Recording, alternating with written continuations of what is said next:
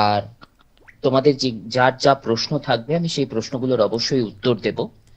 ক্লাসটা কিছুটা এগোই, তারপরে তোমাদের সঙ্গে আমি কথা বলবো। আমি আজকে যে বিষয়টা কোনো পার্টিকুলার বিষয় রাখিনি, কারণ আমি জানি তোমাদের মধ্যে অনেকেই আছো যারা এবছর প্রথম এসএসসি পরীক্ষায় দেবে। দীর্ঘ 9 বছর এসএসসি পরীক্ষা হয়নি। স্বাভাবিকভাবেই নতুন প্রার্থী ক্যান্ডিডেটের সংখ্যা অনেক বেশি।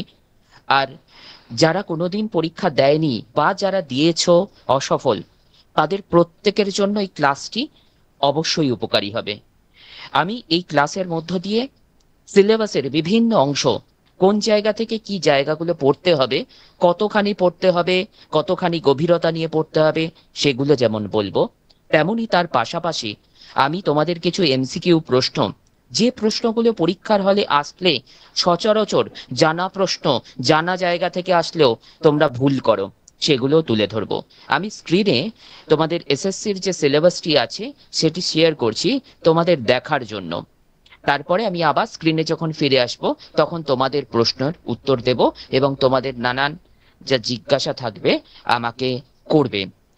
আপাতত আমি প্রথমে স্ক্রিনে যাই, যেখানে তোমাদের আমি এসএসসির যে সিলেবাসটি রয়েছে সেই সিলেবাসটি শেয়ার করছি। তোমরা 9, 10 এবং 11, 12-এর ক্ষেত্রে জানো সিলেবাস মোটামুটি একই। 11, 12-এর ক্ষেত্রে সিলেবাসের কিছু অংশ বেশি রয়েছে। আমি এই সিলেবাসটা যখন আলোচনা করব, আমি সিলেবাসটার চার টোটাল 10টা ভাগ, সেই 10টা ভাগের মধ্যে প্রথম যে ইউনিটটি আছে সেই ইউনিটটি প্রাচীন ভারতবর্ষের ইতিহাস। 2, 3 এবং 4 মধ্যযুগের ভারত বা মুসলিম পিরিয়ড। 5, 6 এবং 7 রয়েছে ভারতের আধুনিক ভারতের ইতিহাস, যেখানে আমরা পলাশি থেকে পার্টিশন, পার্টিশন নয় স্বাধীনতা বা ওই অবধি ভারত বিভাগ, হ্যাঁ পার্টিশন তো অবশ্যই মোহাম্মদ আলী জিন্নার ওই অংশটুকু, এবং 1947-এর ভারতের স্বাধীনতা ওই অবধি, এবং 8, 9, 10-এ তোমরা ইউরোপের ইতিহাস, মডার্ন ইউরোপের ইতিহাস, আধুনিক ইউরোপের ইতিহাস পড়তে হবে তোমাদের। এবার আমি সিলেবাসটার আলোচনাটার মেনলি আধুনিক ইউরোপটা আগে করছি। তার কারণ হচ্ছে এই জায়গা থেকে প্রশ্নগুলোর অধিক পরিমাণে ভুল হয় তোমাদের। এই জায়গাগুলো আমাদের সত্যি সত্যি কম জানা, কারণ এই জায়গা ইতিহাস ছোটবেলা থেকে 12 অব্দি, এখন বর্তমান সিলেবাসে শুধুমাত্র ক্লাস 9-এ ইউরোপের ইতিহাস পড়ানো হয়। আর অনার্সের ক্ষেত্রে একটি পেপার এই মডার্ন ইউরোপ পড়তে হয়। এবং যারা কলকাতা বিশ্ববিদ্যালয় বা অন্যান্য বিভিন্ন বিশ্ববিদ্যালয়ে এমএ করেছো, তারা দেখবে এই পেপারটা একটি থাকে। এবং কলকাতা বিশ্ববিদ্যালয় থেকে আমি পড়েছি, আমি জানি কলকাতা বিশ্ববিদ্যালয় ইতিহাসে যারা এমএ করে তারা প্রাচীন Bharat, AISC, ISC, Islamic history and culture এবং মডার্ন ইন্ডিয়া, মডার্ন ইন্ডিয়া আধুনিক ভারতের ইতিহাস পড়ে। তো স্বাভাবিকভাবেই মডার্ন ইউরোপ সম্পর্কে ধারণা খুব কম বা থাকলেও ভুল বেশি হয়। তাই আমি আজকে প্রথমে মডার্ন ইউরোপটা নিয়ে খানিকক্ষণ আলোচনা করব, তারপর সিলেবাসের বিভিন্ন অংশ থেকে বিভিন্ন ধরনের প্রশ্ন এবং বিস্তারিত যাব। প্রথমে আমি যে খানটা যাব, যে সিলেবাসের যে জায়গাটা তোমাদের প্রথম গুরুত্ব সহকারে পড়তে হবে, যেখান থেকে শুরু ইউরোপের ইতিহাস, সেটা 1789 খ্রিস্টাব্দের ফরাসি বিপ্লব। প্রশ্নগুলো তোমাদের যখন তৈরি করবে, তোমরা এই যে সময়টা পাচ্ছ, এই যে 3 মাস, এই 3 মাসে কিভাবে পড়লে পরীক্ষার হলে 60টা প্রশ্নের মধ্যে 60টা প্রশ্নই চেনা মনে হবে, সেটাই ক্লাসের মধ্যে দিয়ে বলার চেষ্টা করছি।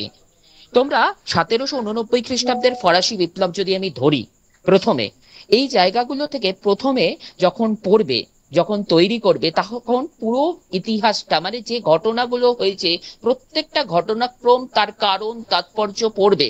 তার কারণ যদি এই সিলেবাসটা সম্পর্কে সম্যক ধারণা না থাকে, শুধুমাত্র এমসিকিউ প্রশ্ন উত্তরের বই কিনে সেটা যদি পড়ো, তাহলে কোনোভাবেই এই পরীক্ষায় উত্তীর্ণ হওয়া সম্ভব নয়। আমি আজ অব্দি যতবার এসএসসি পরীক্ষা দিয়েছি প্রত্যেকটা পরীক্ষায় পাশ করেছি। তোমাদের জন্য বলে রাখি যে 2016-র যে এসএসসি পরীক্ষা হয় সেটাতেও আমি পাশ করেছিলাম, কিন্তু আমি বাড়ির ধারে স্কুল পাইনি বলে সেই সময় কাউন্সিলিং এ গিয়ে স্কুলটা রিফিউজ করে দিয়েছিলাম। ভালোই হয়েছিল আমার জন্য এখন মনে হচ্ছে, তখন ভেবেছিলাম পেলাম না, খুব দুঃখ লেগেছিল, ভালো র্যাঙ্ক ছিল তাও। এমনকি সাঁওতালি মিডিয়ামে 2021 সালে একটি পরীক্ষা হয়েছিল, যেখানে অলচিকি ফন্ট এবং ইংরেজিতে এসএসসি দিতে হয়েছিল, সেখানে 2 নম্বরের প্রশ্ন এসেছিল। সেই পরীক্ষায়ও কিন্তু আমি র্যাঙ্ক 2 ছিল। এখনো পোর্টালে, এসএসসির পোর্টালে হয়তো সাঁওতালি মিডিয়ামে সব আপলোড করা আছে। হিস্ট্রির র্যাঙ্ককে গিয়ে ওখানে পিডিএফটা ডাউনলোড করে দেখো, আমার নাম রয়েছে। আমি সিলেবাসে আসি। 1789 খ্রিস্টাব্দের ফরাসি বিপ্লব যেখান থেকে শুরু, সেটা হচ্ছে ফ্রান্সে সেই সময় বুর্ব রাজবংশ রাজত্ব করছে, রাজা ষোড়শ লুই। প্রশ্ন এই জায়গাগুলো খুব সহজ প্রশ্ন, যে ফরাসি বিপ্লবের সময় ফ্রান্সে কোন রাজবংশ রাজত্ব করত, সেই সময় রাজা কে ছিলেন, রানী কে ছিলেন। রাজা ছিলেন ষোড়শ লুই, রানী ছিলেন মেরি আন্তোয়ানেট। কিন্তু এই ফরাসি বিপ্লবের বিভিন্ন দিক আছে। কোন জায়গাগুলো থেকে প্রশ্ন করবে? করবে ফ্রান্সের বিভিন্ন ধরনের কর, প্রত্যেকটা কর, টেইলি থেকে, ভিংটিএমে থেকে, যে করগুলো, করভি থেকে শুরু করে প্রত্যেকটা কর কি কর, সেইগুলো তোমাদের জানতে হবে। ফ্রান্সের এই সময় যখন অর্থনৈতিক সংকট তীব্র আকার নিয়েছে, একের পর এক অর্থমন্ত্রীর পরিবর্তন হয়েছে। কার পরে কে অর্থমন্ত্রী হয়েছিলেন, সেই অর্থমন্ত্রীদের নাম জানতে হবে। ফরাসি বিপ্লবের যে 3টি সমাজ, ফরাসি সমাজ ব্যবস্থা, প্রাক ফরাসি বিপ্লব যুগের যে সমাজ ব্যবস্থা, সেটা 3টে শ্রেণী: যাজক শ্রেণী, অভিজাত শ্রেণী এবং তৃতীয় সম্প্রদায়। তৃতীয় সম্প্রদায়ের মধ্যে কারা কারা?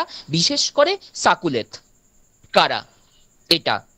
এছাড়া ফরাসি বিপ্লবের আরো একটা দিক হচ্ছে, ফরাসি বিপ্লবের সময় বিভিন্ন দার্শনিক যারা গুরুত্বপূর্ণ ভূমিকা নিয়েছিলেন। এবার এটা কি, দার্শনিকদের ভূমিকাগুলো কি মুখস্থ করবে? একদমই নয়। এমসিকিউ এর জন্য যে জায়গাগুলো পড়তে হবে সেটা হচ্ছে যে দার্শনিক কোন দার্শনিক, for example Montesquieu, Rousseau, Voltaire, physiocrats. এই জায়গা, ফিজিওক্র্যাটস থেকে গত এসএসসি তে প্রশ্ন ছিল। তো এই ধরনের জায়গাগুলো থেকে কার লেখা কোন গ্রন্থ, সেইগুলো পড়ার প্রয়োজনীয়তা রয়েছে। আর প্রয়োজনীয়তা রয়েছে ফরাসি বিপ্লবের সময় যে দুটো শ্রেণী, যাজক এবং অভিজাত, সুবিধা ভোগ করত, অথচ রাষ্ট্রকে কোনো কর দিত না। কিন্তু ফ্রান্সের সাধারণ মানুষ, তৃতীয় সম্প্রদায়, তারা কিন্তু রাষ্ট্রকে কর দিয়েও তারা ছিল সুবিধাহীন শ্রেণী। এছাড়া ফরাসি বিপ্লবের সময় বেশ কতগুলো ঘটনা ঘটেছিল। এই ঘটনাগুলোর কিন্তু প্রত্যেকটার তারিখ সমেত মনে রাখতে হবে। তারিখ মানে সাল নয়। যেমন ফর এক্সাম্পল, বাস্তিল দুর্গের পতন 1789 খ্রিস্টাব্দের 14ই জুলাই। টেনিস কোর্টের শপথ, ব্যক্তি ও নাগরিক অধিকার ঘোষণা। এই যে কথাগুলো বলছি, এই যে ওয়ার্ড গুলো বলছি, এইগুলো প্রত্যেকটা কি ঘটনা তো জানতেই হবে, না হলে মনে থাকবে না। আর মনে রাখতে হবে তার তারিখটা, যেদিন ঘটেছিল। এছাড়া ইনটেন্ডেন্ট, এক ধরনের রাজস্ব আদায়কারী কর্মচারী, যাদেরকে অর্থ লোলুপ, নেকড়ে বলা হয়েছে, ঐতিহাসিক তকবিল বলেছেন। যদি প্রশ্ন আসে যে ফরাসি বিপ্লব কালে ইন্টেন্ডেড কাদের বলা হতো, বলে 4টে অপশন।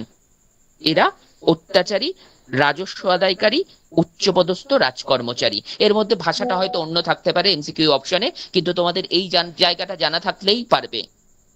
আর ফরাসি বিপ্লবের পরের দিকের যে ঘটনাগুলো তোমাদের করতে হবে সেটা হচ্ছে সন্ত্রাসের শাসন, যেখানে সন্ত্রাসের শাসনে দুটো রাজনৈতিক দল, তার মধ্যে জ্যাকোবিনের দলের নেতা রোবসপিয়ারের নেতৃত্বে যে লাল সন্ত্রাস চলেছিল সেটা, গিলোটিন যন্ত্র।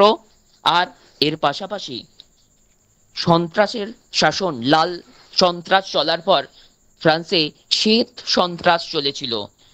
শ্বেত সন্ত্রাসের নেতৃত্ব কাদের হাতে ছিল? উত্তর, বুর্জুয়াদের হাতে। শ্বেত সন্ত্রাসের নায়ক কে ছিল? লাল সন্ত্রাসের নায়ক তোমরা জানো, রোবসপিয়ার ছিল। শ্বেত সন্ত্রাসের নায়ক কেউ কি জানো? আমি পরে শুনবো, এগুলো পরে তোমাদের সাথে কথা বলবো, তখন বলবো। এবার আমি ফরাসি বিপ্লব নিয়ে এতক্ষণ বলছিলাম, সন্ত্রাসের শাসন রোবসপিয়ার বলা হয়ে গেছে, আমি নেপোলিয়ন বোনাপার্টে যাই।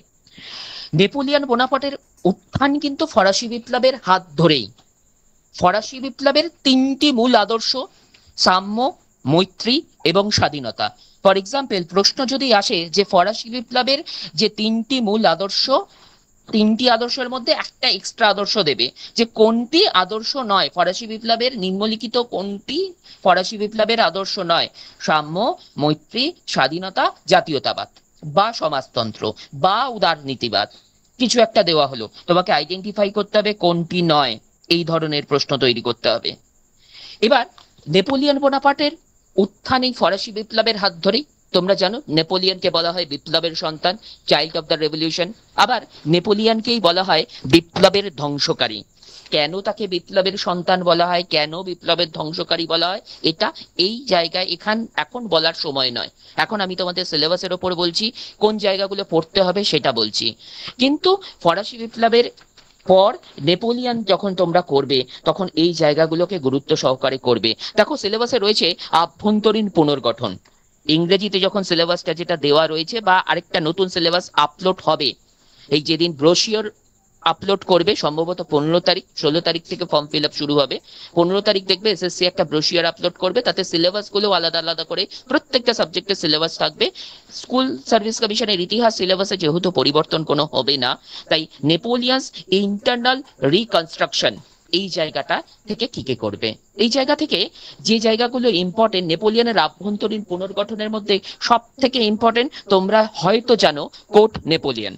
এই নেপোলিয়নের সমস্ত যে রাজ্য জয় সেগুলো পরবর্তীকালে চেঞ্জ হয়েছিল। পরবর্তীকালে আমরা ভিয়েনা সম্মেলন, ভিয়েনা কংগ্রেস দেখতে পাচ্ছ ইউনিট 2 এ রয়েছে, সেগুলোকে বিজয়ী শক্তিরা চেঞ্জ করে দিয়েছিল। কিন্তু এই কোর্ট নেপোলিয়ন বহু বছর, নেপোলিয়নের মৃত্যুর পরও ইউরোপের অনেক দেশে এই যে আইন তা গৃহীত হয়েছিল। কোর্ট নেপোলিয়ন ছাড়াও নেপোলিয়ন ইউনিভার্সিটি অফ ফ্রান্স করেছিলেন, ব্যাংক অফ ফ্রান্স করেছিলেন, তিনি কিছু নির্বাচিত আবাসিক বিদ্যালয় করেছিলেন যেগুলোকে বলা হয় লাইসি। ধরো প্রশ্ন হলে লাইসি কি, নেপোলিয়নের রাজত্বকালে লাইসি কি না দিয়ে লাইসি কি প্রশ্ন যদি করে, তখন উত্তর হবে নেপোলিয়নের করা আবাসিক বিশ্ববিদ্যালয়, আবাসিক বিদ্যালয় ছিল লাইসি। এই ওয়ার্ড গুলোর সাথে তোমাদের পরিচিতি না থাকলে কখনোই পরীক্ষার হলে গিয়ে লিখতে পারবে না। আমি বললাম ব্যাংক অফ ফ্রান্সের কথা বললাম, আমি ইউনিভার্সিটি অফ ফ্রান্সের কথা বললাম। নেপোলিয়ন প্রশাসনকে কিভাবে ভেঙেছিলেন, কটি প্রদেশে বিভক্ত করেছিলেন, এবং প্রদেশের শাসক কারা ছিল, প্রদেশের শাসক যারা ছিল তাদেরকে বলা হতো প্রিফেক্ট, আর যারা জেলার শাসক ছিল তাদের বলা হতো সাব প্রিফেক্ট। এই ধরনের প্রশ্ন ইন্টারনাল যে রিকনস্ট্রাকশন বা আভ্যন্তরীণ যে পুনর্গঠন সেইগুলো থেকে করতে হবে ধর্ম মীমাংসা চুক্তি, যেটা 1801 খ্রিস্টাব্দে পোপ নবম পায়াসের সঙ্গে নেপোলিয়নের স্বাক্ষরিত হয়েছিল। প্রশ্ন এমসিকিউ এর জন্য, নেপোলিয়ন ধর্ম মীমাংসা চুক্তি কার সঙ্গে স্বাক্ষর করেন? 4জন পোপের নাম দেওয়া থাকবে, তার মধ্যে সঠিক উত্তর নবম পায়াস। এইগুলো পড়তে হবে। এই যে এইটার এবার ধর্মমীমাংসা চুক্তির কি শর্ত ছিল, শর্ত কখন কি প্রেক্ষাপটে তৈরি হয়েছিল, এর গুরুত্ব কি, এগুলো কিন্তু এখন মাথায় নিলে হবে না। এসএসসির পড়াশুনো এবং নেট এবং সেটের পড়াশোনার মধ্যে অনেক তফাৎ আছে। তোমরা দেখছো, আমিও দেখছি, বিভিন্ন ইউটিউব চ্যানেলে দেখবে বিভিন্ন ক্লাস ভিডিও আপলোড হচ্ছে যেগুলোয় অনেক ডিটেলস, একটা সিলেবাসের একটা অংশ যেগুলো এখানে দেওয়া রয়েছে তার অনেক ভেতরে গিয়ে পড়ানো হচ্ছে। এতটা ভেতরে গিয়ে এতটা গভীরতা নিয়ে স্কুল সার্ভিস কমিশনে ইতিপূর্বে কোনোদিন প্রশ্ন হয়নি, হবেও না। আমি নেপোলিয়নের আভ্যন্তরীণ পুনর্গঠনের পর নেপোলিয়নের আরো কিছু জায়গা বলে দিই, যে জায়গাগুলো থেকে প্রশ্ন করার দরকার। সেটা হচ্ছে নেপোলিয়ন বিভিন্ন সময় বিভিন্ন যুদ্ধ করেছেন। নেপোলিয়নের সময় তোমরা জানো কনসুলেটের শাসন, ডাইরেক্টরি শাসন, তারপরে নেপোলিয়ন সম্রাট হলেন, কত সালে সম্রাট হলেন, কে তাকে সম্রাটের মুকুট পরিয়ে দিয়েছিলেন, এই ধরনের প্রশ্ন। এছাড়া তার সময়কালের যে যুদ্ধগুলো, ফর এক্সাম্পল ট্রাফালগারের যুদ্ধ, প্রত্যেকটা যুদ্ধ কবে হচ্ছে, কাদের মধ্যে হচ্ছে, এবং সেই যুদ্ধে কে জিতছেন, কে জয়লাভ করছেন, এইগুলোকে একটা ছক আকারে যদি তৈরি করে পড়া যায় তাহলে মনে রাখার ক্ষেত্রে শুধু নেপোলিয়নটা, আমি ছক আকারে গোটা ইউরোপের যুদ্ধের কথা বলছি না, শুধুমাত্র নেপোলিয়ন পড়ার সময় জিনার যুদ্ধ, ফ্রিডল্যান্ডের যুদ্ধ, জাতিসমূহের যুদ্ধ, যেগুলো যুদ্ধগুলো তিনি করছেন বা সন্ধিগুলো করছেন, প্রত্যেকটা যুদ্ধ প্রত্যেকটা সন্ধি কত সালে হচ্ছে, কাদের মধ্যে হচ্ছে, এবং যুদ্ধ হলে সেই যুদ্ধে কে জয়লাভ করছেন, এগুলো তোমাদের তৈরি করতে হবে। নেপোলিয়ন যখন ইউরোপে, নেপোলিয়ন একটা ওয়ার্ড বলতেন, তিনি বলতেন impossible is a word which is found to be in the fools dictionary. কথাটার অর্থ হচ্ছে এই যে অসম্ভব শব্দটি মূর্খের অভিধানে থাকে, তাই তিনি অসম্ভবকে সম্ভব করার জন্য যা বিভিন্ন অভিযান চালিয়েছিলেন, তার মধ্যে একটা অন্যতম গুরুত্বপূর্ণ এবং ভুল অভিযান ছিল তার জীবনের, সেটা হচ্ছে মস্কো অভিযান। সেই মস্কো অভিযানে নেপোলিয়নের বিরুদ্ধে ছিল যে শক্তি, তার নাম রাশিয়া।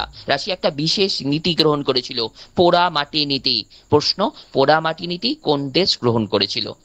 রাশিয়া, ইংল্যান্ড, প্রাশিয়া বা অস্ট্রিয়া, এরকম অপশন থাকলো, তোমাকে আইডেন্টিফাই করতে হবে পোড়ামাটি নীতিটি কোন দেশের। এবার আসি, নেপোলিয়ন জানতেন নেপোলিয়নের সঙ্গে এই ফ্রান্সের সঙ্গে চিরশত্রুতা ছিল ইংল্যান্ডের, কিন্তু আমরা প্রথম বিশ্বযুদ্ধ বা দ্বিতীয় বিশ্বযুদ্ধে উভয়কেই একই পক্ষে লড়াই করতে দেখেছি।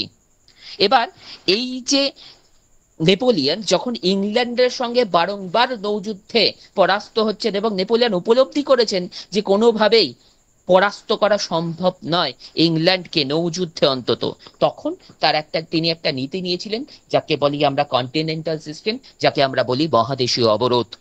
এই মহাদেশীয় অবরোধ নেপোলিয়ন চালু করেছিলেন বেশ কয়েকটা ডিগ্রি দিয়ে, প্রত্যেকটা ডিগ্রির নাম এবং তার সাল। ডিগ্রিতে কি বলা হয়েছিল পড়ার জন্য জানার জন্য, লাগলে পরীক্ষার হলে হয়তো ডিগ্রিটা কি লেগেছিল সেটা লিখবে না, লাগবে না, কারণ আমরা যখন এসএসসি দিতাম তখন 2 নম্বরের প্রশ্ন আসতো, তখন এইগুলো বার্লিন ডিগ্রিতে কি বলা হয়েছিল 2 নম্বরের প্রশ্ন, 2 বা 3টে পয়েন্ট লিখতে হবে, 4টে পয়েন্ট লিখতে হবে। এখন দরকার নেই, এখন Berlin decree, Milan decree, Fontainebleau decree, Warsaw decree, order in council কে জারি করেছিল? ইংল্যান্ড। এই যে টপিকগুলো, এই যে প্রশ্নগুলো, এইগুলোকে যদি এইভাবে তৈরি করো তাহলে তোমাদের সুবিধা হবে। এছাড়া নেপোলিয়নের মস্কো অভিযান ছাড়াও, মহাদেশীয় অবরোধ ছাড়াও, নেপোলিয়নের জীবনের শেষ দিকে এসে নেপোলিয়নকে কতগুলো শক্তি জোটের সম্মুখীন হতে হয়েছিল। ইউরোপের বিভিন্ন শক্তি বারংবার উপলব্ধি করেছিল যে নেপোলিয়ন অপরাজেয়, নেপোলিয়নকে পরাজিত করা যাচ্ছে না। তাই ফ্রান্সের বিরুদ্ধে মোট কটি শক্তি জোট হয়েছিল, কারা পার্টিসিপেট করেছিল, শক্তি জোটের সদস্য ছিল, নেপোলিয়নের বিরুদ্ধে কটি হয়েছিল। আমি বলে দিই কিছু কিছু কথা, আমি তোমাদের বললাম যে তোমরা একটা খাতা পেন রেখো, কারণ কিছু কিছু কথা আমি ক্লাস চলাকালীন বলতে থাকবো। ফ্রান্সের বিরুদ্ধে মোট 4টে শক্তি জোট হয়েছিল।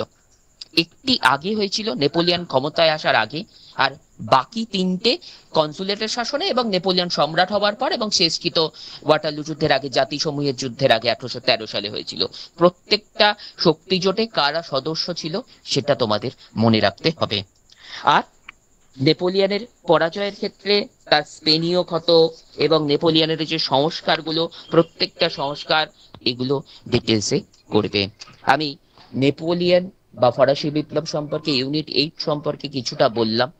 ডিটেলসে পরবর্তীকালে যখন ক্লাসগুলো হবে তোমরা নিশ্চয়ই আরো ডিটেলসে, আরো এমসিকিউ, আরো অনেক কিছু জানানো হবে, বলা হবে। এখন শুধু পরীক্ষার জন্য তৈরি হওয়ার রূপরেখাটা তোমাদের বলা হচ্ছে, যেভাবে তৈরি হলে তোমরা লিখিত পরীক্ষায় অন্তত উত্তীর্ণ হতে পারবে।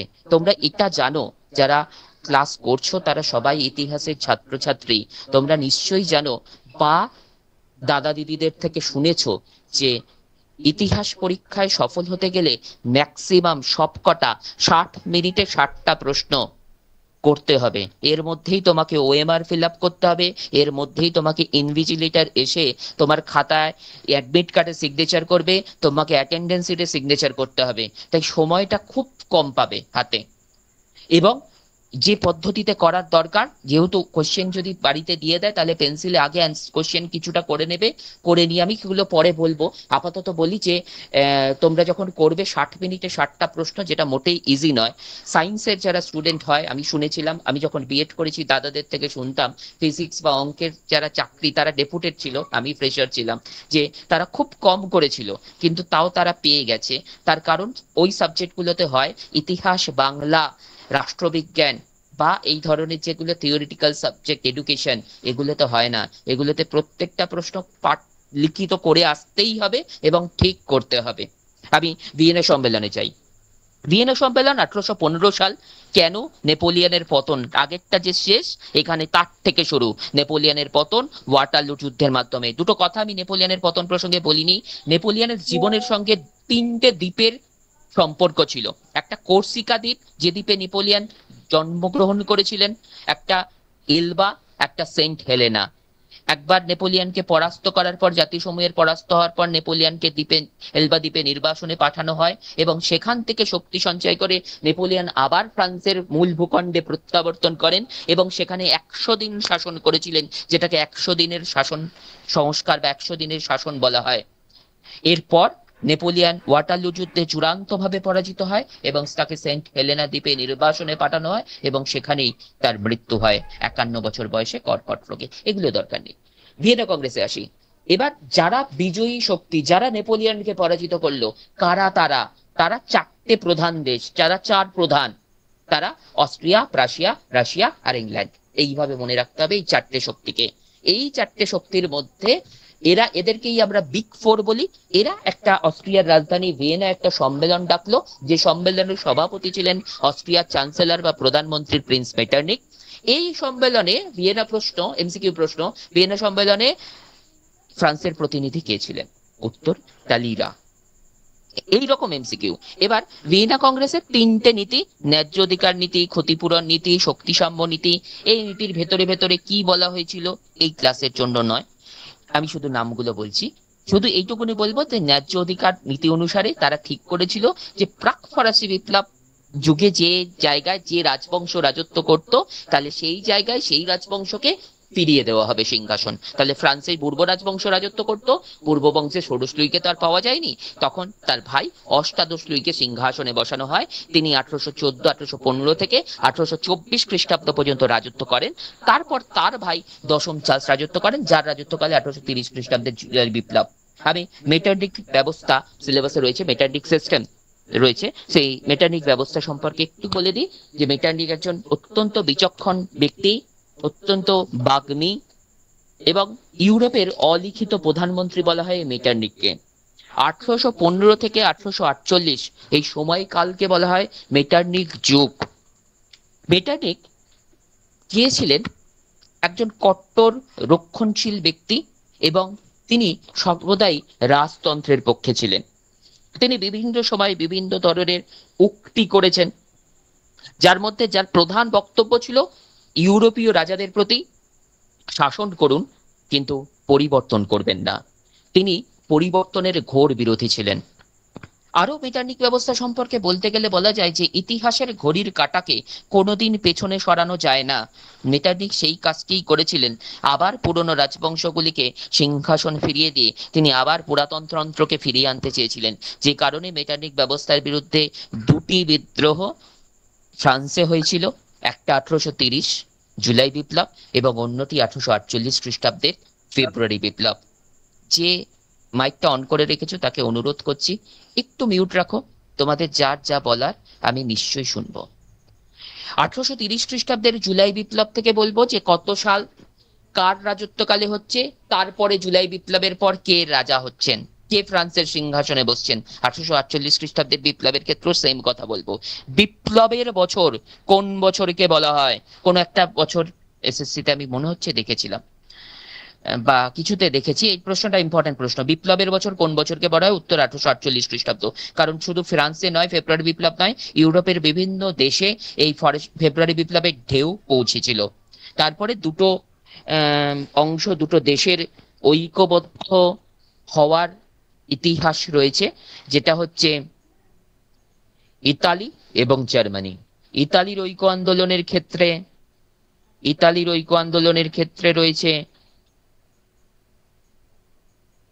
ম্যাৎসিনি, ক্যাভুর এবং গ্যারিবল্ডি, এবং জার্মানির ঐক্য আন্দোলনের ক্ষেত্রে ওয়েল্ট পলিটিক এবং বিসমার্কের নেতৃত্বে যে তিনটি যুদ্ধের মাধ্যমে ঐক্যবদ্ধ হয়েছিল জার্মানি, সেই তিনটে যুদ্ধ কোন যুদ্ধ, কবে হয়েছিল, কাদের মধ্যে হয়েছিল, যুদ্ধের পর কোন সন্ধি হয়েছিল, প্রত্যেকটার সাল এবং দেশের নাম। ফর এক্সাম্পল ডেনমার্কের সঙ্গে যুদ্ধ, তারপরে স্যাডওয়ার যুদ্ধ অস্ট্রিয়ার সঙ্গে, সেডানের যুদ্ধ ফ্রান্সের সঙ্গে 1864, 1866 এবং 1870।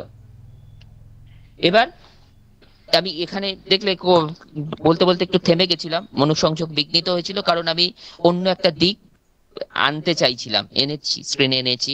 সেটা হচ্ছে এই জায়গাগুলো, এর পরের যে অংশগুলো এখানে দেখতে পাচ্ছ 9 মধ্যে রয়েছে, সেই অংশগুলো কিন্তু যারা 9-10 পরীক্ষার জন্য তৈরি করবে, শুধু আমি জানি যারা দেবে আমি তাদেরকে বলবো, বা যারা নতুন দেবে, অনেকেই অনেক রকম প্রশ্ন করছে আমাকে, এমনও প্রশ্ন করেছে স্যার এমসিকিউ হবে না বড় কোশ্চেন হবে, এখনো সে জানে না সেটা। তাই আমি ধরে দিচ্ছি তোমরা সবাই জানো, তাই আমি বলছি যে যারা 9-10 দেবে এবং 11-12 দেবে তারা কিন্তু দুটোতেই ফর্ম ফিল আপ করবে আলাদাভাবে, সেপারেটলি। দুটোর পরীক্ষাই আলাদা দিনে হবে, আলাদা আলাদা রবিবার হবে, এক সপ্তাহ অন্তর হবে পরীক্ষা।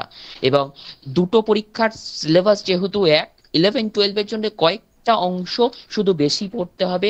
সেই কয়েকটা অংশের মধ্যে যে অংশগুলো রয়েছে আমি একটুখানি সেইগুলোকে সবার জন্য বলে দিই। কতগুলো আদর্শের কথা আছে, নতুন রাজনৈতিক মতাদর্শ। এই রাজনৈতিক মতাদর্শগুলোকে কিন্তু পছন্দ করেননি মেটারিক। তার মধ্যে ছিল জাতীয়তাবাদ, তার মধ্যে উদারনীতিবাদ, তার মধ্যে সমাজতন্ত্র, গণতন্ত্র, আরো অনেক কিছু ছিল যেগুলো মেটানিক পছন্দ করেনি। তোমাদের যে অংশগুলো পড়তে হবে, এইখান থেকে যে ধরনের প্রশ্নগুলো তৈরি করতে হবে যারা 11-12 এর পরীক্ষাটা দিতে যাবে, তাদের মধ্যে সমাজতন্ত্র থেকে ধরো প্রশ্ন, যে বেশ কিছু সমাজতন্ত্রের দুটো ভাগ আছে। একটা হচ্ছে ইউটোপিয়া সমাজতন্ত্র, যাদেরকে কল্পনা বিলাসী সমাজতন্ত্র বলা হয়, সমাজতন্ত্রী বলা হয়, কল্পনাত্রয়ী সমাজতন্ত্রী বলা হয়। তারা কারা, প্রত্যেকের নাম এবং তিনি কোন দেশের, আমি নামগুলো বলছি, এগুলো ডিটেলসে যখন পড়ানো হবে তখন জানবে। Robert Owen, Saint Simon, Charles Fourier, প্রত্যেকের নাম, যারা এই সময় সমাজতন্ত্রের ধারণা দিয়েছিলেন, কিন্তু সমাজতন্ত্রের বাস্তব রূপরেখা কিন্তু এরা দিতে পারেননি। কে দিয়েছিলেন? যে সমাজতন্ত্র, সেই সমাজতন্ত্রের ব্যাখ্যা, প্রথম বিজ্ঞানসম্মত সমাজতন্ত্রের ব্যাখ্যা দিয়েছিলেন কার্ল মার্কস। কার্ল মার্কস তার বিখ্যাত গ্রন্থ দাস ক্যাপিটাল এই ব্যাখ্যা দেন। এবং কার্ল মার্কস ছাড়াও আর যে বৈজ্ঞানিক সমাজতন্ত্রী হিসেবে যার নাম উঠে আসে তিনি হলেন ফ্রেডেরিক এঙ্গেলস। তো এই জায়গাগুলো থেকে আমি একটুখানি দুটো শুধু সমাজতন্ত্রটুকু বললাম, বেশি আমি গভীরে যাচ্ছি না। তো ডাবল একটা প্রশ্ন আমার মনে পড়ে গেল, সমাজতন্ত্রের দিকে স্ক্রিনে তাকিয়ে রয়েছি, সমাজতন্ত্রবাদের জনক কাকে বলা হয়? বেশিরভাগ ক্ষেত্রে অপশন দেওয়া থাকবে কার্ল মার্কস। সবাই ভাববে সমাজতন্ত্রবাদ তো কার্ল মার্কসকে সূত্র ধরেই, তাহলে কার্ল মার্কসই হবে, কিন্তু কার্ল মার্কস হবে না, উত্তর হবে রবার্ট আওয়েন। ঠিক আছে, ব্রিটিশ সমাজতন্ত্রের জনক তাকে বলা হয়। ইংল্যান্ডে তিনি সমাজতন্ত্রের প্রথম কথা বলেছিলেন। তিনি ব্রিটিশ সমাজতন্ত্রের জনক, তিনি ইংল্যান্ডের বাসিন্দা ছিলেন। আমি এরপরে যে জায়গাটা একটু দেখতে পাচ্ছি স্ক্রিনে রয়েছে, সেটা হচ্ছে যে ইংল্যান্ড ও ইউরোপে শিল্পায়ন। তোমরা সবাই জানো এরকম প্রশ্ন হয়তো এক্সপেক্ট করা যাবে না যে এত সহজ প্রশ্ন, যে কোন দেশে প্রথম শিল্প বিপ্লব হয়, আসতে পারবে না এরকম নয়, হতেও পারে, ইংল্যান্ডে হয়েছিল। এবার এখান থেকে যে জায়গাগুলো তৈরি করার, যে শিল্প বিপ্লবের সূত্র ধরে তো বিভিন্ন বৈজ্ঞানিক আবিষ্কার হয়েছে, প্রত্যেকটা বৈজ্ঞানিক আবিষ্কারকের নাম কত সালে হয়েছিল সেটাও জেনে রাখা ভালো। যদি ছক আকারে এটা তৈরি করতে পারো তাহলে ভালো হয়। আর এরপর আমি একটুখানি 10 ইউনিটে চাই। আমি অনেকক্ষণ ধরে ইউরোপের ইতিহাস বলছি, ভারতের ইতিহাসও কিছু কিছু বলবো, তাই এটা নিয়ে যদি আমি আর বেশি গভীরে যাই তাহলে ওইগুলো আর বলাই হবে না। আমি ইউরোপীয় সাম্রাজ্যবাদ, এই জায়গাটা, যে আফ্রিকাকে নিয়ে কারাকারি, স্ক্র্যাম্বল ফর আফ্রিকা, এই জায়গাটা শুধুমাত্র 11-12 এর সিলেবাসে আছে, 9-10 এর সিলেবাসে এই অংশটা নেই। তোমাদের একটুখানি দেখিয়ে দিই, এই দেখো, যে আফ্রিকা নিয়ে কারাকারিটা রয়েছে, কিন্তু এই যে সাম্রাজ্যবাদ বা সশস্ত্র শান্তির যুগ, এই অংশটা কিন্তু নেই। এবার European imperialism, economic forces behind European imperialism, এই অংশটা নেই, শুধুমাত্র উপনিবেশবাদ এবং আফ্রিকা নিয়ে কারাকারি এবং ওয়েল পলিটিক থেকে শুরু হচ্ছে পাসের হিস্ট্রিটা। এবার যে অংশ, এই জায়গা থেকে যে জায়গাগুলো যে টপিকগুলো তোমাদের মনে রাখতে হবে, সেটা হচ্ছে সশস্ত্র শান্তির যুগ বলে একটা যুগকে বলা হয়। কোন যুগ? 1870 থেকে 1914। কেন সশস্ত্র শান্তির যুগ? কারণ এই সময় ইউরোপের প্রত্যেকটা দেশ যুদ্ধের জন্য নিজেকে প্রস্তুত করছিল, কিন্তু কোনো দেশের সঙ্গে যুদ্ধে লিপ্ত হয়নি, তাই এটা সশস্ত্র শান্তির যুগ। আফ্রিকা নিয়ে কারাকারি বা উপনিবেশবাদ থেকে যারা 11-12 এর জন্য পড়বে, কোন দেশ কে উপনিবেশ স্থাপন করছে, কোন দেশ কোথায় উপনিবেশ স্থাপন করছে, এবং কোনো কোনো ক্ষেত্রে সেই সময় সে নাবিক বা যার নেতৃত্বে হচ্ছে তার নামটুকু করবে করবে ওয়েল্ট পলিটিক, যেটা বলা রয়েছে এখানে জার্মানির ক্ষেত্রে। এবং জার্মানির সূত্র ধরেই এই সময় ইউরোপ দুটো শিবিরে বিভক্ত হয়েছিল প্রথম বিশ্বযুদ্ধের আগে, ট্রিপল অ্যালায়েন্স এবং ট্রিপল আতাত। এই প্রত্যেকটা ক্ষেত্রে ত্রিশক্তি মৈত্রী বা ত্রিশক্তি আতাতের সদস্য কারা ছিল, কে প্রথম বিশ্বযুদ্ধের সময় বাইরে বেরিয়ে গেল, কে প্রথম বিশ্বযুদ্ধের সময় আবার যুক্ত হলো, দেশগুলো কোন ক্ষেত্র হচ্ছে, রাশিয়া বেরিয়ে গেছিল কারণ 1917 রুশ বিপ্লব, আমেরিকা পরে যোগদান করেছিল, কোন পক্ষে যোগদান করেছিল, কেন হঠাৎ করে আমেরিকা প্রথম বিশ্বযুদ্ধে যোগদান করলো, প্রথম থেকে যে ছিল না, এই জায়গাগুলোকে করতে হবে। আর এই সিলেবাসের শেষ হচ্ছে 9-10 সিলেবাসের শেষ হচ্ছে প্রথম বিশ্বযুদ্ধের শেষ, যেখানে প্রথম বিশ্বযুদ্ধের কারণে আরো অনেক কারণ আছে, প্রত্যক্ষ কারণ সেরাসেভো হত্যাকাণ্ড, এখান থেকে প্রশ্ন এসেছিল।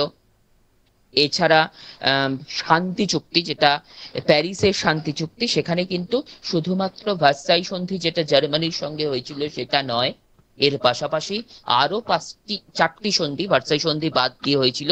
কোন সন্ধিটা কাদের সঙ্গে হয়েছিল, কত সালে হয়েছিল, সন্ধিটার নাম করব আমরা। আর রুশ বিপ্লব, জার্মানির নাৎসিবাদ, ইতালির ফ্যাসিবাদ, আর দ্বিতীয় বিশ্বযুদ্ধের উত্থান বা সূচনা। দ্বিতীয় বিশ্বযুদ্ধের সূচনা 1939-এর 3 সেপ্টেম্বর। 1 সেপ্টেম্বর জার্মানি পোল্যান্ড আক্রমণ করে, 3 সেপ্টেম্বর পোল্যান্ডের হয়ে ইংল্যান্ড আর ফ্রান্স অংশগ্রহণ করে এবং দ্বিতীয় বিশ্বযুদ্ধ শুরু হয়। এই জায়গাগুলো।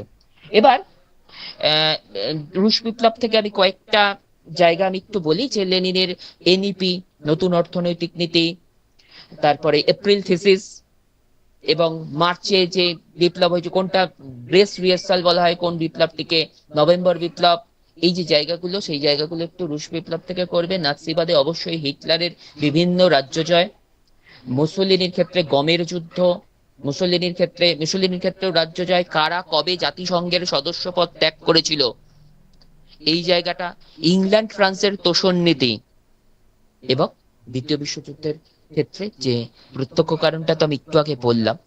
আর দ্বিতীয় বিশ্বযুদ্ধের অনেক কারণ ছিল, দ্বিতীয় বিশ্বযুদ্ধের কারণগুলি যদি জানা থাকে তাহলে হয়তো এমসিকিউ প্রশ্নটা করতে সুবিধা হবে। আমি এবার 9:35 বাজে, প্রায় 30 মিনিট ধরে ইউরোপের ইতিহাসের উপরে বলছিলাম। আমি একটুখানি ভারতবর্ষের ইতিহাসের দিকে একটু তাকাই, একটু বলি ভারতের ইতিহাস থেকে কিভাবে তোমরা তৈরি করবে। এই ইতিহাসটা আমার মনে হয় অনেকটাই সুবিধাজনক, কারণ এই ইতিহাসটা অনেকটা আগে থেকে জানা এবং আমাদের পরিচিত বলে মনে হয়।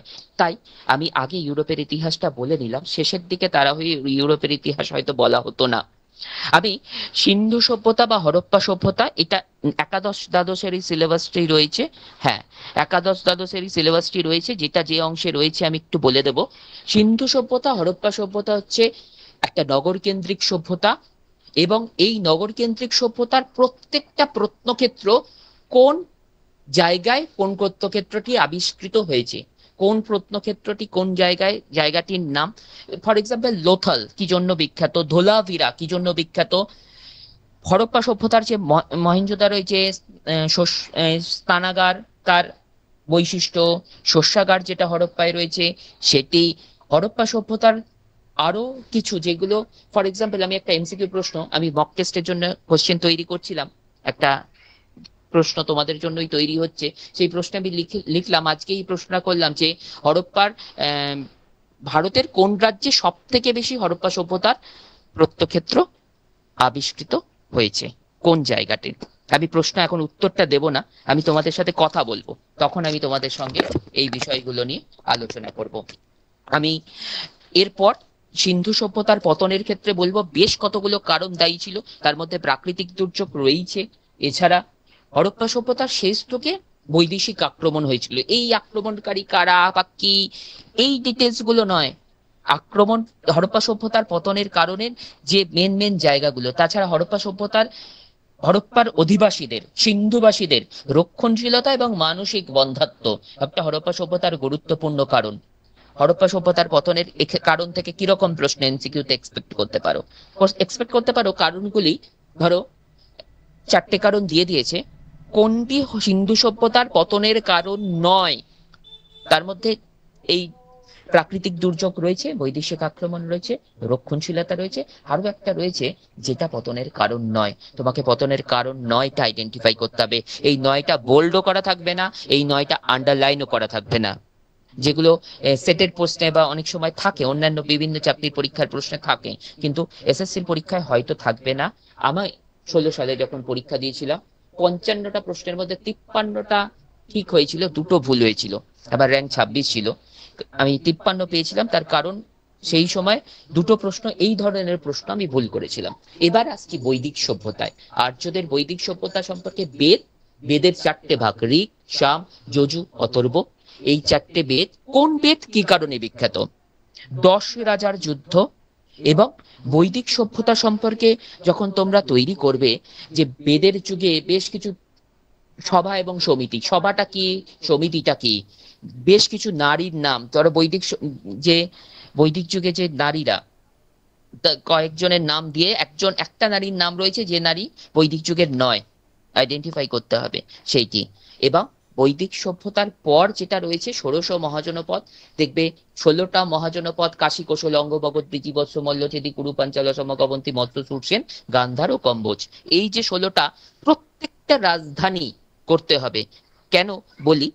কারণ আগের বছরের এসএসসিতে, 16-র এসএসসিতে, আমার মনে নেই 11, 12 না 9, 10-এ, কিন্তু অঙ্গরাজ্যের রাজধানী এটা প্রশ্নে ছিল। এরকম 16টার রাজধানী তৈরি করতে হবে। কোনটার রাজধানী আসবে তুমি জানো না। তুমি ষোড়শ মহাজনপদ থেকে জানবে যে ষোড়শ মহাজনপদের সবকটাই রাজতান্ত্রিক ছিল, দুটো বাদে দুটো প্রজাতান্ত্রিক ছিল। কোন দুটো? বৃজি ও মল্ল। ষোড়শ মহাজনপদের সবকটাই বিন্ধ্য পর্বতের ওপরের দিকে, মানে উত্তর ভারতে ছিল, একটি দক্ষিণ ভারতে। কোনটি? অসবক। এবার আসি বৌদ্ধ ধর্ম এবং জৈন ধর্মে। বৌদ্ধ ধর্ম জৈন ধর্ম থেকে করার ক্ষেত্রে বৌদ্ধ ধর্মটা আগে বলি। যে বৌদ্ধ ধর্মের গৌতম বুদ্ধের জীবনের 3টে বড় ঘটনা, মহাপরিনির্বাণ, ধর্মচক্র, মহাবিনিষ্ক্রমণ, এইগুলো কি, প্রত্যেকটা কি জানবে? জানবে গৌতম বুদ্ধের যে আর্য সত্য, অষ্টাঙ্গিক মার্গ, মধ্যম পন্থা, জৈন ধর্মের ক্ষেত্রে ত্রিরত্ন। এই 3টে রত্ন কি, 4টে দিয়ে দেবে। ওই যে গল্পটা বলছিলাম, ত্রিরত্নের 4টে দেওয়া থাকবে, কোনটা নয়, ত্রিরত্ন নয়, সেটা তোমাকে আইডেন্টিফাই করতে হবে। এবার বৌদ্ধ ধর্ম এবং জৈন ধর্মের ক্ষেত্রে, বৌদ্ধ ধর্মের ক্ষেত্রে বিশেষ করে যে সংগীতিগুলো হয়েছিল, এই সংগীতিগুলো কত সালে হচ্ছে, কার রাজত্বকালে হচ্ছে, কোথায় হচ্ছে, এবং সেই সংগীতি থেকে কে, কার সভাপতিত্বে হচ্ছে, এই জায়গাগুলো একটা ছক আকারে। 4টে সংগীতি।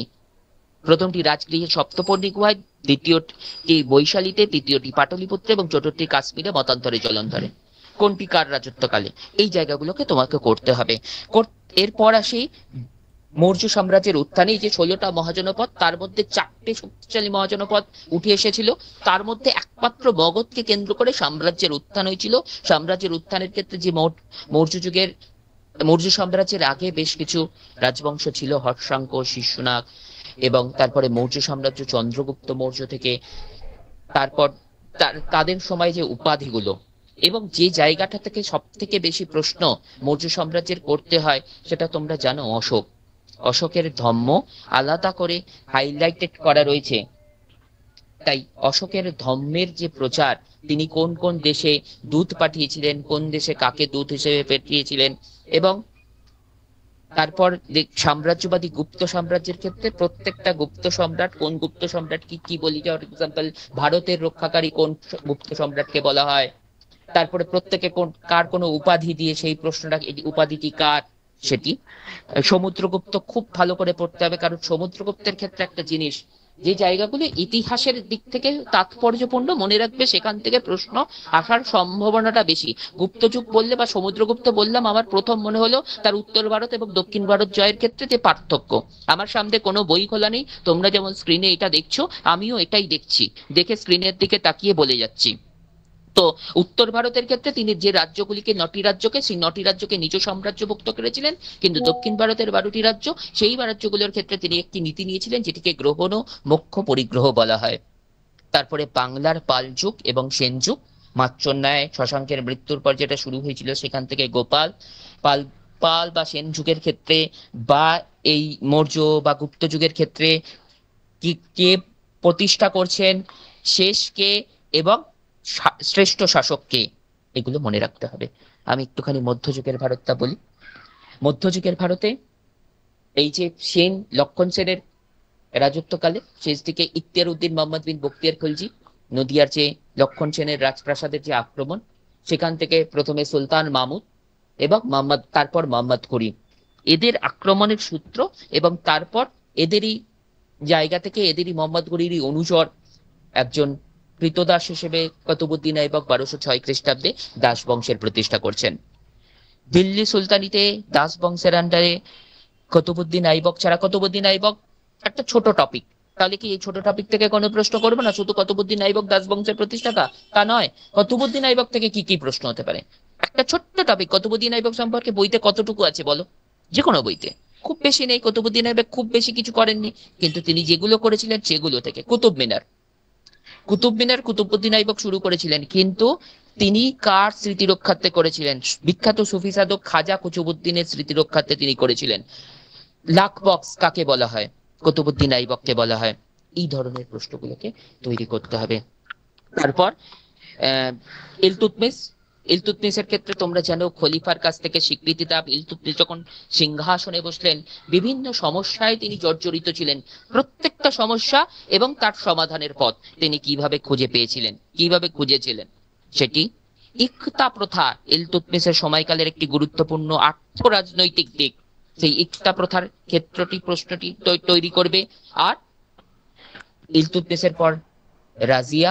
রাজিয়া থেকে রাজিয়া কাকে বিবাহ করেন, বা রাজিয়ার সময়কালে আমির ওমরাহরা বা গিয়াসউদ্দিন বলবানের যে 40 চক্র, এই জায়গাগুলোকে করতে হবে। গিয়াসউদ্দিন বলবানের উত্তর পশ্চিম সীমান্ত নীতি।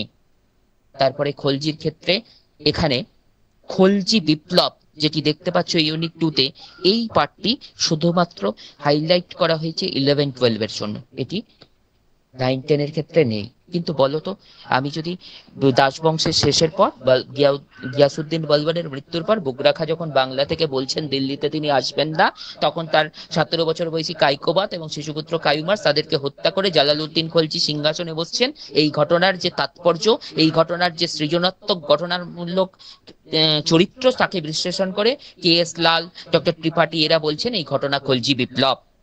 তাহলে এই জায়গাটা কি পাশে আমি পড়বো না? অবশ্যই পড়বো। কিন্তু এই খলজি বিপ্লব পার্টিকুলারলি এই থিমটার উপরে প্রশ্ন আলাদা করে এক্সপেক্ট করতে পারো, 11-12 থাকবে। খলজি বিপ্লবের কেন তাৎপর্য? কারণ তাৎপর্য, খলজি বিপ্লব প্রমাণ করেছিল যে সিংহাসনে, দিল্লির সিংহাসনে বসানোর জন্য যে তথাকথিত ব্লু ব্লাড, নীল রক্ত আবশ্যিক নয়, বংশকৌলিন্য আবশ্যিক নয়।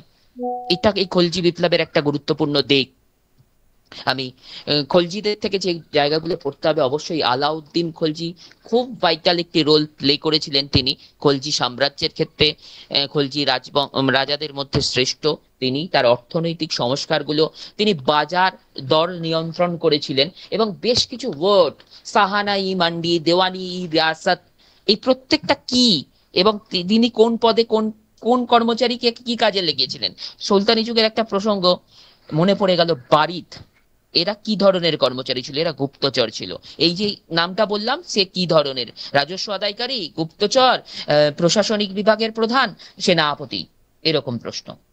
তুগলক থেকে গিয়াসউদ্দিন তুগলক 1320, 5 বছর তিনি, তার প্রকৃত নাম কি ছিল? গাজী মালিক। বা আমাদের মোহাম্মদ বিন তুগলকের প্রকৃত নাম বা আসল নাম কি ছিল? জুনাখা বা জৌনাখা। এই ধরনের টপিক গুলো তোমাদের করতে হবে। মোহাম্মদ বিন তুগলকের পরিকল্পনাগুলো, রাজধানী তিনি পরিবর্তন করলেন দেবগিরি থেকে দৌলতাবাদে, তাহলে হতেই পারে প্রশ্ন যে কি নাম দিয়েছিলেন মোহাম্মদ বিন তুগলক, দেবগিরির নতুন নামকরণ কি করেছিলেন, এই ধরনের প্রশ্ন। আমি এই প্রাদেশিক শাসন বা প্রশাসনিক কাঠামো বললাম, এই যে ধর্মাশ্রয়ী রাষ্ট্র সুলতানিকে শাসনকে বলা যায় কিনা, সেটা কিন্তু আলাদা করে শুধুমাত্র 11-12 এর জন্য। এটা একটা আলাদা বিতর্ক আছে। তোমরা যারা ইতিহাস নিয়ে পড়াশোনা করেছো তারা জানো, ধর্মাশ্রয়ী রাষ্ট্র নিয়ে যে বিতর্ক, এটা এখানে বলার জায়গা নয়, এখন এটা টপিক নয়। আর বিজয়নগর সাম্রাজ্য থেকে যে জায়গাগুলো ইম্পর্টেন্ট, সেটা হচ্ছে বিজয়নগর সাম্রাজ্যে যে বিভিন্ন বিদেশি পর্যটকরা সেই সময় এসেছিলেন, তারা কে কার রাজত্বকালে আসছেন, এটা ছকাকারে করবে। আর বিজয়নগর সাম্রাজ্যের শ্রেষ্ঠ শাসক আমুক্তমাল্যদা গ্রন্থটির রচনাকে, বা বিভিন্ন গ্রন্থ সেই সময় যে গ্রন্থগুলো রচিত হয়েছিল, বা সুলতানি পিরিয়ড সম্পর্কে আমি বলবো, এই নামগুলো খুব ভুল হয়, আমার মনে নেই। বেশ এরকমই একটা প্রশ্ন আমার সম্ভবত, যে বললাম যে দুটো ভুল হয়েছিল, তার মধ্যে এটা একটা ছিল, যে যাদের নামগুলো আমি বলছি এখন, ইবান বাতুতা, আল বিরুনি, জিয়াউদ্দিন বরুনি, বা পরবর্তীকালে আবুল ফজল, বা যে কোনো রাইটার যারা তৎকালীন সময় ছিলেন, আমির খসরু, তো এই ধরনের তার লেখা বইগুলো খুব মনে রাখা কঠিন। বইয়ের নাম দিয়ে রাইটারের নাম, অথবা রাইটারকে বলে দিয়ে লেখা গ্রন্থটির নাম হলো ড্যাশ, বলেন দাগ দিয়ে হাইফেন দিয়ে তলায় 4টে নাম। ঠিক আছে, আমি মোগল শাসন, মধ্যযুগের ভারত, মোগল শাসনে যাই। সেখানে দিল্লির সুলতানি শাসনের 5টা রাজবংশকে আমরা দেখি। তার মধ্যে দাস বংশ, খলজি বংশ, তুগলক বংশ, দেখো সিলেবাসে বলে দিয়েছে।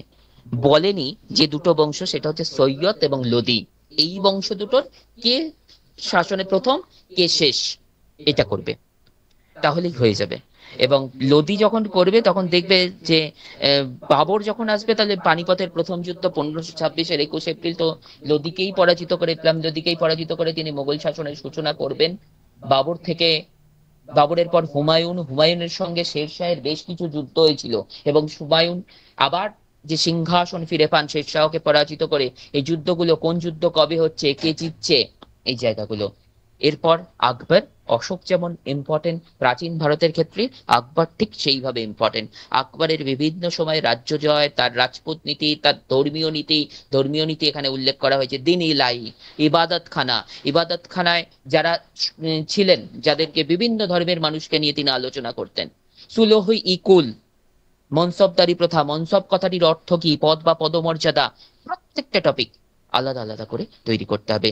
জাহাঙ্গীর থেকে জাহাঙ্গীরের চিত্রকলা, নূরজাহান চক্র, শাহজাহান থেকে শাহজাহানের স্থাপত্য কীর্তি, এবং তাদের সময় জাহাঙ্গীর বা শাহজাহানের সময় যে রাজ্য জয়গুলো, সেটা তো করবেই। এছাড়া এরপর ঔরঙ্গজেব রয়েছে, ঔরঙ্গজেবের সঙ্গে শিবাজি বা মারাঠাদের যে দ্বন্দ্ব, পুরন্দরের সন্ধি, এক্সাম্পল কত সালে, কাদের মধ্যে। এছাড়া ঔরঙ্গজেবের যে দাক্ষিণাত্য নীতি, ঔরঙ্গজেব নিজে বলেছিলেন, the Deccan ulcer ruined me, দাক্ষিণাত্য ক্ষতই আমাকে ধ্বংস করেছে। মোগল সাম্রাজ্যের পতনেরও অন্যতম কারণ ছিল এই দাক্ষিণাত্য ক্ষত। বিজাপুর, গোলকুন্ডা, অহমদনগড়, এই যে রাজ্যগুলো কোনটি কোন সময় দখল করছেন, এইগুলো। জিন্দা পীর কাকে বলা হয়, এমসিকিউ প্রশ্ন ঔরঙ্গজেবকে। এরপর আঞ্চলিক শক্তির উত্থান, মোগল সম্রাট ঔরঙ্গজেব 1707 খ্রিস্টাব্দে মারা যান, 1707-এর 3 মার্চ সম্ভবত, আমার যতদূর মনে পড়ছে। তারিখটা এই ক্ষেত্রে ইম্পর্টেন্ট নয়, তারিখটা ও ক্ষেত্রে ইম্পর্টেন্ট। ও ক্ষেত্রে মানে যেগুলো বলছিলাম, বাস্তিল দুর্গের পতন বা টেনিস কোর্টের শপথের ক্ষেত্রে। এই মধ্যযুগের ভারত এবং প্রাচীন যুগের ভারতের ক্ষেত্রে দেখবে যে এমন কিছু কিছু জায়গা আছে, যে জায়গাগুলোর সাল নিয়ে আলাদা আলাদা করে বলা হচ্ছে। যেমন আলাউদ্দিন খলজিরা বলে কতবার মঙ্গল আক্রমণ হয়েছিল, কোনো বইতে 5 বার, কোনো বইতে 6 বার, কোনো বইতে 7 বার আছে। আমি বলছি গুজরাটের সোমনাথ মন্দির যখন লুণ্ঠন করেন সুলতান মাহমুদ, কত সালে করেছিলেন, কোনো বই বলছে 1025, কোনো বই বলছে 1026। এই সালগুলো থেকে প্রশ্ন এক্সপেক্ট করো না, কারণ এই যে সালগুলো নিয়ে বিতর্ক আছে, সেই সালগুলো নিয়ে হয় একটাই সাল দেবে অথবা দেবে না। বা আর যদি বাই চান্স ভুল করে দেয়ও, তাহলে যারা অ্যাটেম্প করবে সেই প্রশ্ন, তারা প্রত্যেকে নম্বর পাবে। আমি মোগল সাম্রাজ্যের পতন নিয়ে বলছিলাম। মোগল সাম্রাজ্যের যারা দুর্বল উত্তরাধিকারী সেই সময়, ভারতবর্ষের 3 দিকে 3টি আঞ্চলিক শক্তির উত্থান, একটি বাংলা, অন্যটি অযোধ্যা, তৃতীয়টি হায়দ্রাবাদ। কত সালে, কার নেতৃত্বে? বাংলায় মুর্শিদ কুলি খা, অযোধ্যায় সাদাত খা, এবং হায়দ্রাবাদে নিজামুল মুল্লুক। এরা কত সালে, প্রত্যেকটার আলাদা আলাদা করে তৈরি করবে।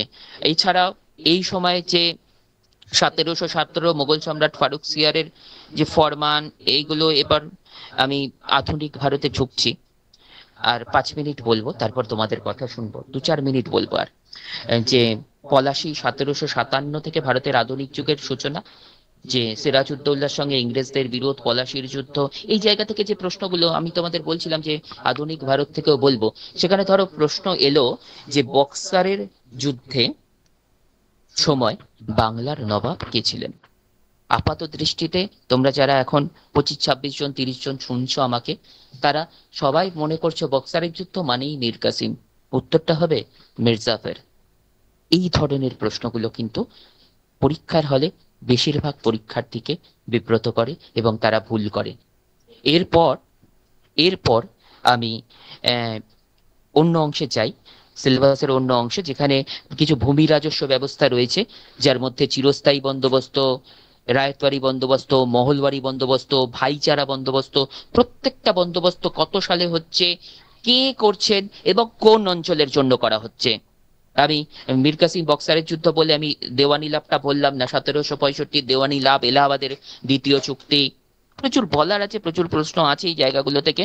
তারপরে দেখতে পাচ্ছ যে কিছু বিদ্রোহ, আদিবাসী এবং কৃষক বিদ্রোহ 19 শতাব্দীর শুরু থেকেই হচ্ছে। প্রত্যেকটা বিদ্রোহ কত সালে হচ্ছে, বিদ্রোহে কে নেতৃত্ব দিচ্ছে, বিদ্রোহ কোন অঞ্চলে হচ্ছে, এবং বিদ্রোহের কারণগুলো। কিছু কিছু ওয়ার্ড, ফর এক্সাম্পল হুল, দামিনী কোহ, ফরাজি, ওয়াহাবি, এই ধরনের ওয়ার্ডগুলোর শব্দগুলির অর্থ কি প্রশ্ন হতে পারে। এরপর আমি সিপাহী বিদ্রোহ খুব ইম্পর্টেন্ট টপিক একটা। সিপাহী বিদ্রোহ থেকে সিপাহী বিদ্রোহ কোথায় শুরু হচ্ছে, কে প্রথম বিদ্রোহী হচ্ছে, প্রকৃতপক্ষে সিপাহী বিদ্রোহ প্রথম কখন শুরু হয়, এছাড়া সিপাহী বিদ্রোহের প্রকৃতি থেকে তো অবশ্যই যে ভারতের প্রথম স্বাধীনতা যুদ্ধ তাকে বলা যায় কি যায় না, এবং কিছু ঐতিহাসিক তাকে সামন্ততান্ত্রিক বিদ্রোহ বলছে। এই জায়গাগুলো থেকে প্রশ্ন অনেক রকম হতে পারে। যে ঝাঁসি ফর এক্সাম্পল, সিপাহী বিদ্রোহের একটা অন্যতম গুরুত্বপূর্ণ কেন্দ্র ঝাঁসি। এই ঝাঁসিতে কে নেতৃত্ব দিয়েছেন, এটা আমরা সবাই জানি লক্ষ্মীবাই। যদি বলি বিহার, যদি বলি অযোধ্যা, এইগুলো আমি এখন বলছি না, আমি পরের টপিকে যাচ্ছি। রামমোহন রায়, বিদ্যাসাগর এবং ইয়ং বেঙ্গল, এদের প্রত্যেকের শিক্ষা সংস্কার এবং সমাজ সংস্কার। এখান থেকে দুটো প্রশ্ন আমি না বলে পারছি না। যে রামমোহন রায় যদি সতীদাহ প্রথা নিবারণ আইন কে পাস করেন, উত্তর আসে সতীদাহ প্রথা নিবারণ আইন কে পাস করেন, তাহলে উত্তর হবে লর্ড উইলিয়াম বেন্টিং। আর সতীদাহ প্রথার বিরুদ্ধে কে আন্দোলন গড়ে তুলেছিলেন, তার উত্তর হবে রাজা রামমোহন রায়। একইভাবে বিদ্যাসাগর থেকে যদি প্রশ্ন আসে বিধবা বিবাহ আইন কে পাশ করেন, উত্তর হবে লর্ড ডালহৌসি। বিধবা বিবাহ আইন বিরুদ্ধে কে আন্দোলন, বিধবা বিবাহ আইনের সপক্ষে কে আন্দোলন গড়ে তুলেছিলেন, উত্তর হবে বিদ্যাসাগর। প্রশ্নটা দেখে আগে জানবে যে বেন্টিং চাইছে না রামমোহন রায় চাইছে, আন্দোলন কে করেছিলেন চাইছে না আইন কে পাশ করেছেন চাইছে। সেটাকে আইডেন্টিফাই না করে পরীক্ষার হলে 60 মিনিটে 60টা প্রশ্ন করতে হবে ভেবে যদি করা যায়, তাহলে তোমাদের সমস্যায় পড়তে হবে। এবং এই যে বিপুল প্রতিযোগিতা এসএসসি কে কেন্দ্র করে, স্কুল সার্ভিস কমিশনের এত প্রতিযোগী অংশগ্রহণ করবে, তোমাদের সেই প্রতিযোগিতায় তোমরা পিছিয়ে পড়বে। আমি এতক্ষণ তোমাদের বললাম, আমি পুরোটা আর বললাম না, প্রায় ঘন্টাখানেক ধরে বলছি। তোমাদের থেকে যদি তোমাদের কিছু বলার থাকে, তোমরা আমাকে বলতে পারো এই পরীক্ষা সংক্রান্ত, এসএসসি সংক্রান্ত বা ইতিহাস সংক্রান্ত বিষয়। একজন একজন করে কাইন্ডলি বলবে, যাতে একজন বললে অন্যজন মিউট করে দেবে। রাজেশ্বরী চৌধুরী, তুমি বলো। গুড ইভিনিং স্যার, বলছি আমি এবার তো প্রথম বসবো আর কি এসএসসি তে। তো এখন প্রশ্ন হচ্ছে যে হিস্ট্রি সিলেবাসটা হচ্ছে ভাস্ট সিলেবাস, এবং আমাকে একটু গাইড করে দিলে ভালো হয় যে কিভাবে মানে ক্রোনোলজিক্যালি আমি এই 3 মাসের মধ্যে ওই ওভারঅল সিলেবাসটা কমপ্লিট করব। এটা এক নম্বর মানে প্রশ্ন ছিল। আর সেকেন্ড হচ্ছে যে ধরুন আমি আপনাকে মানে এক্সাম্পল হিসেবে বললাম যে ওই আপনার সিপাহী বিদ্রোহে কোথা থেকে কে নেতৃত্ব দিয়েছিল এই অবধি ঠিক আছে, মানে আমরা এটা পড়েছি বা পড়বো, ঠিক আছে। এবার এরকম টাইপের কোনো প্রশ্ন আসে না তো যে ওই বিভিন্ন রকমের যে শহীদ হয়েছিল তাদের একটা লিস্ট আছে, বা খুব আনকমন প্রশ্ন যেগুলো বিভিন্ন জায়গায় আমি দেখছি আর কি, সেরকম কি কোনো প্রশ্ন আসে? এটা আমার একটা মানে জিজ্ঞাসার বিষয়।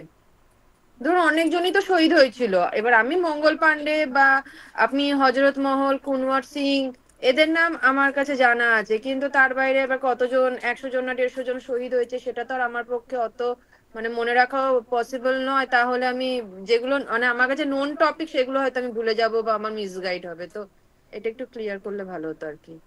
ঠিক আছে, আমি বলি। প্রথমে বলি যে তুমি বলছো যে এত ভাস্ট সিলেবাস কিভাবে করব। সত্যি এই 3 মাসে এত বড় সিলেবাস শেষ করা খুব কঠিন। আমি কেরিয়ার জোনে যারা কর্তৃপক্ষ আছেন, যারা স্যার আছেন, তারা আমাকে বলছিলেন যে সিলেবাস শেষ করা সম্ভব কিনা। আমি বললাম আমার একার পক্ষে সম্ভব নয়। আমি যে প্রতিষ্ঠান যারা পড়ায়, তারা বেশিরভাগ ক্ষেত্রে অধিকাংশ প্রতিষ্ঠান 2-3 জনকে দিয়ে সিলেবাস শেষ করছেন, কারণ অন্য সাবজেক্টের থেকে ইতিহাসের সিলেবাসটা অনেক ভাস্ট, একদমই সত্যি কথা।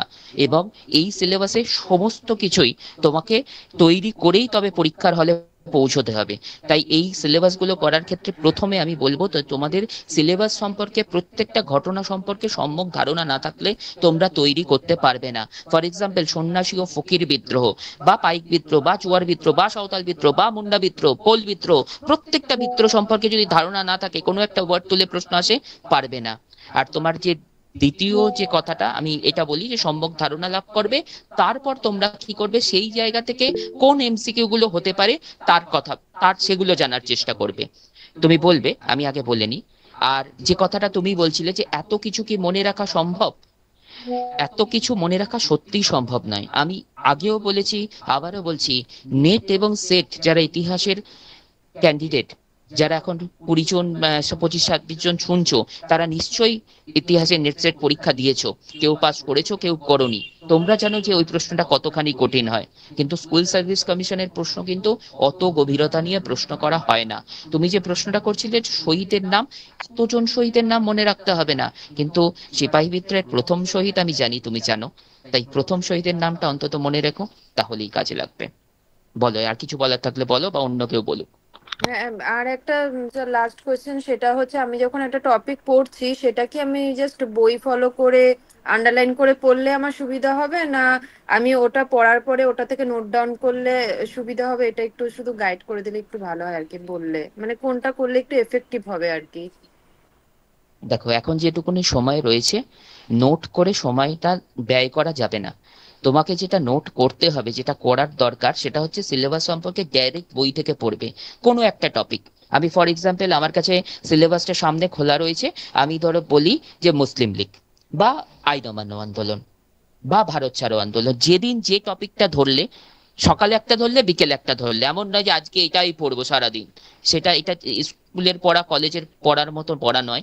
তাই যখন যে টপিকটা ধরবে তখন সেই টপিকটার উপর পুঙ্খানুপুঙ্খ পড়ে নেওয়ার পর চেষ্টা করবে সেই টপিক থেকে শর্ট কোশ্চেন সম্ভাব্য কোনগুলো কোনগুলো হতে পারে।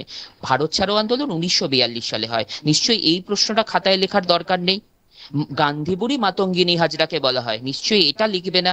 কিন্তু এমন কিছু প্রশ্ন, যে জাতীয় সরকার যখন তৈরি হয়েছিল উত্তরপ্রদেশের বালিয়া বা মেদিনীপুরে, তো সেই সময় সেখানে কে নেতৃত্ব দিয়েছিলেন, এই ধরনের প্রশ্ন যেটা একটু আলাদা, যেটা একটু কঠিন, সেই প্রশ্নগুলোকে নোট করবে। এবং তোমরা মনে রেখো, আমি এর আগেও বলেছি, পড়াতে পড়াতে বলছিলাম যে 60টা প্রশ্ন, এক 60 মিনিটে 60টা প্রশ্ন, তার মধ্যে অন্যান্য কিছু কাজ থাকবে, যেটা পরীক্ষার হলে প্রত্যেকটা চাকরির পরীক্ষায় করতে হয়। তো সেটা খুব ইজি নয়। মক টেস্ট যদি না দাও, সেটা কোনো ইনস্টিটিউটে দাও, বাড়িতে ওয়েবার নিয়ে কোনো কোশ্চেন সেট যদি কিনতে পাও সেখান থেকে করো, যেখান থেকেই করো, মক টেস্ট অবশ্যই দিতে হবে। না হলে 60 মিনিটে 60টা প্রশ্ন করা কোনো মতেই সম্ভব হবে না। ব্ল্যাঙ্ক ছেড়ে আসতে হবে, ইনভিজিলেটর ওয়েমারটাকে কেড়ে নিয়ে চলে যাবে, তখন চোখের মধ্যে জল চলে আসবে। আমি দেখেছি এরকম পরীক্ষা দিতে গিয়ে, আমি বহুবার সেন্ট্রাল টেট দিয়েছিলাম। যারা নতুন নতুন পরীক্ষা দিয়ে, তুমি যেহেতু বললে তুমি নতুন পরীক্ষা দিচ্ছ, তাই আমি বলছি যে এমন আমি দেখেছি কম বয়সী ছেলে বা মেয়ে, আমি সেন্ট্রাল টেট 2021-22-এও বোধহয় লাস্ট দিয়েছিলাম, আমি 8বার বা 9বার দিয়েছিলাম, প্রত্যেকবারই পাস করেছি। কিন্তু শুরু হয়েছিল আরো আগে থেকে, সেগুলোই পাস করতাম না। আমি 16 সালে প্রথম পাস করি, 11, 12, 13 সালে আমি এর আগেও 2-3বার দিয়েছিলাম, 88, 82 পেয়েছিলাম, 90 পাইনি।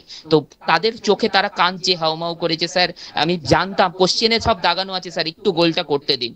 এই ভুল করো না। সবাইকে বলছি, পরীক্ষাটা সুযোগ পাচ্ছ, অবশ্যই সুযোগটাকে 100% কাজে লাগাও, সফল হতেই হবে। এই মানসিকতা নিয়ে এই কটা মাস লড়াই করো। অন্য কেউ কিছু বললে বলতে পারো।